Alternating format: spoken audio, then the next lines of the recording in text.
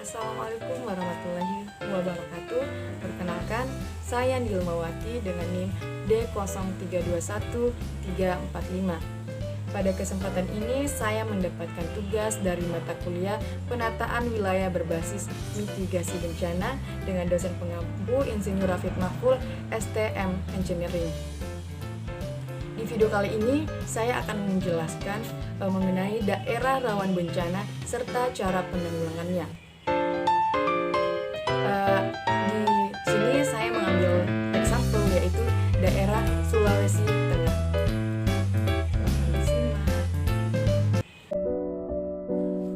Wilayah Sulawesi Tengah dengan letak geografis dekat garis khatulistiwa dengan garis pantai yang panjang. Sebagian topografinya berupa daerah dengan kemiringan yang besar. Kondisi geologi yang unik berupa tanah dan batuan endapan yang membentuk dataran. Hal ini menyebabkan daerah ini sangat rawan mengalami berbagai bencana alam, yaitu mulai dari banjir, tanah longsor, kekeringan, gempa, serta tsunami. Ini merupakan salah satu dampak bencana yang disebabkan oleh bencana alam, yaitu gempa, tsunami, dan likuifaksi. Pada tahun 2018 silam, tepatnya di Kabupaten Palu, Sigi, dan Donggala. Menurut laporan Pusat Vulkanologi dan Mitigasi Bencana Geologi, gempa di Palu terjadi dikarenakan aktivitas sesar Palu Koro. Berdasarkan posisi dan kedalaman pusat gempa bumi tersebut disebabkan oleh aktivitas sesar aktif pada sesar Palu Koro yang berarah barat laut Tenggara. Setelah gempa dan tsunami, Palu kembali menghadapi fenomena alam yaitu likuifaksi. Guncangan yang ditimbulkan gempa menyebabkan tanah kehilangan ikatan. Hal tersebut mengakibatkan tanah larut seperti air lalu mengalir, membawa bangunan dan kendaraan di atasnya. Likuifaksi berlangsung pada tanah berpasir yang mudah terendam air, seperti tanah di kota Palu yang dekat dengan laut. Wilayah sekitar pusat gempa pada umumnya disusun oleh batuan berumur pra-tersier, tersier, dan kuarter.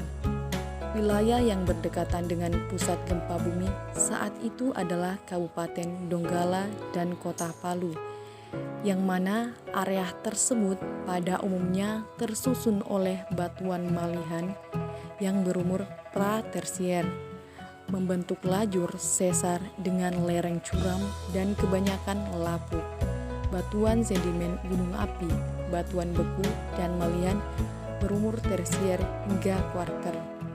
Goncangan gempa bumi akan terasa pada batuan lepas dan lapuk hingga lebih rentan terhadap bencana alam.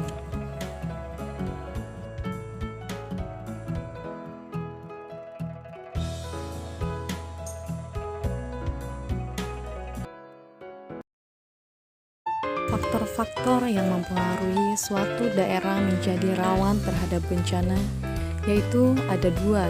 Yang pertama, kondisi alam, dan yang kedua, kondisi sosial. Kondisi alam ini meliputi posisi geografis, topografi, kondisi geologi, seismitasi atau kegempaan, dan lain-lain. Dan untuk faktor kedua yaitu kondisi sosial, meliputi struktur penduduk, kerentanan penduduk terhadap bencana, jaringan infrastruktur, dan serta pemanfaatan wilayah atau daerah untuk sesuatu atau land use-nya.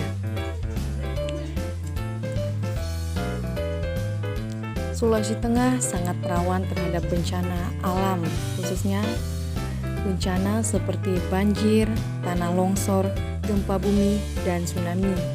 Oleh karena itu, cara untuk menanggulanginya yaitu yang pertama, penanggulangan yang dapat dilakukan adalah meminimalisir dampak bencana alam tersebut berupa mitigasi pasif, yaitu berupa pendidikan penyuluhan, pelatihan, tentang bencana dan bangunan ramah dan tahan bencana, serta mitigasi aktif berupa membangun infrastruktur yang ramah dan tahan bencana serta memeliharanya. Dan yang kedua, pemerintah atau pihak swasta dan masyarakat dan perorangan harus bersatu dalam upaya pengurangan dampak bencana untuk mengurangi kerugian materi dan korban jiwa.